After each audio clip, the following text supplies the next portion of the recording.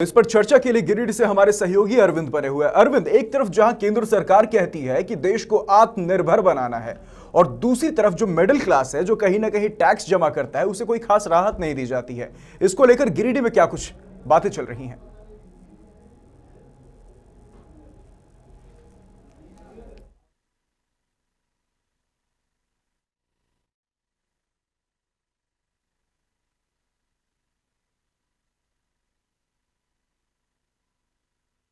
के बजट पर चेंबर की क्या प्रतिक्रिया है?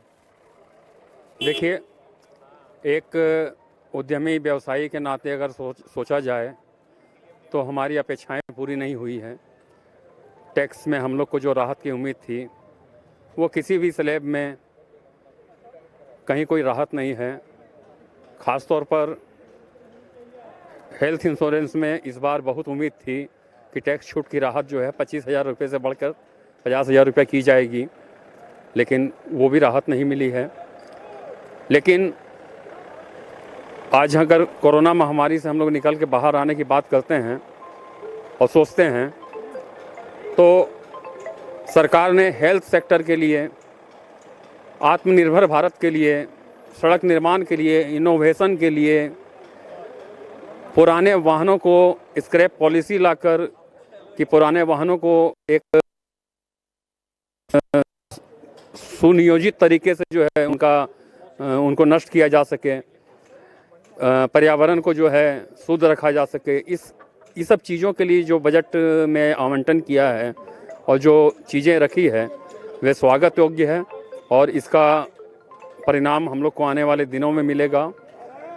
और निश्चित रूप से इस बार राहत नहीं मिल पाई है तो अगले बजट में राहत मिलेगी, इस उम्मीद में हम लोग हैं। धन्यवाद। तो हमारे साथ चार्टर अकाउंटेंट विकास खेतान जी भी, हम उनसे जानना चाहेंगे कि एक चार्टर अकाउंटेंट के नजरिए से बजट कैसा लगा?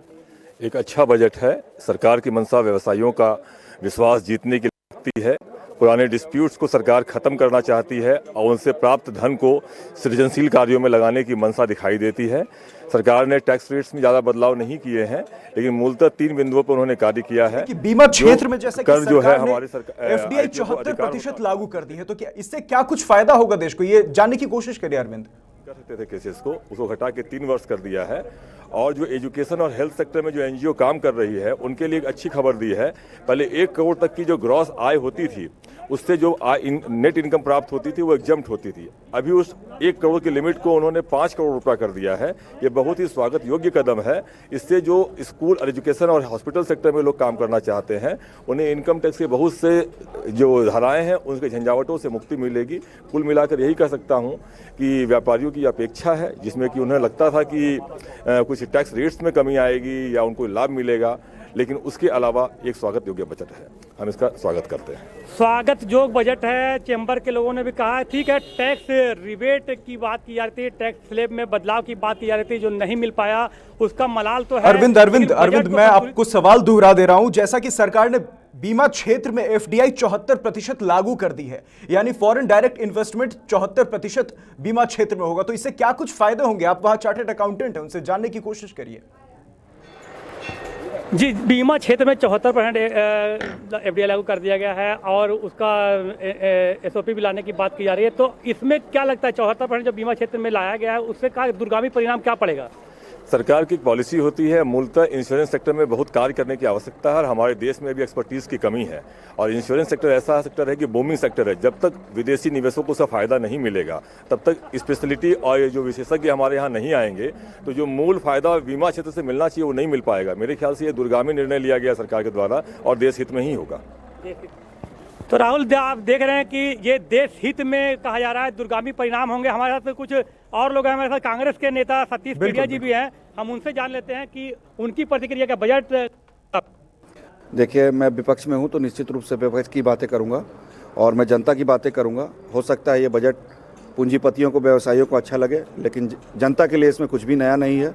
कुल मिलाकर नई बोतल में पुरानी शराब है और ऐसा कुछ भी नया नहीं है जिसकी विशेष रूप से चर्चा की जाए।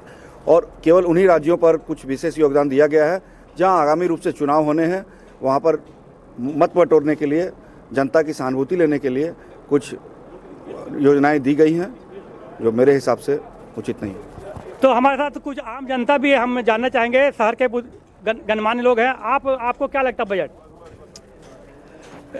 इनकम टैक्स में कुछ राहत की उम्मीद थी, वैसा बहुत कुछ मिला नहीं, लेकिन कुल मिलाकर संतुलित बजट कहा जा संतुलित सकता है। बजट है। तो राहुल, आप देख सकते हैं गिरिडीह के लोगों का कहना है कि दूरगामी परिणाम होगा बजट का। बजट संतुलित है, राहत देने वाला बजट है और इस बजट का दूरगामी परिणाम पड़ेगा। जी राहुल। बिल्कुल शुक्रिया अरविंद तमाम जानकारी के लिए। तो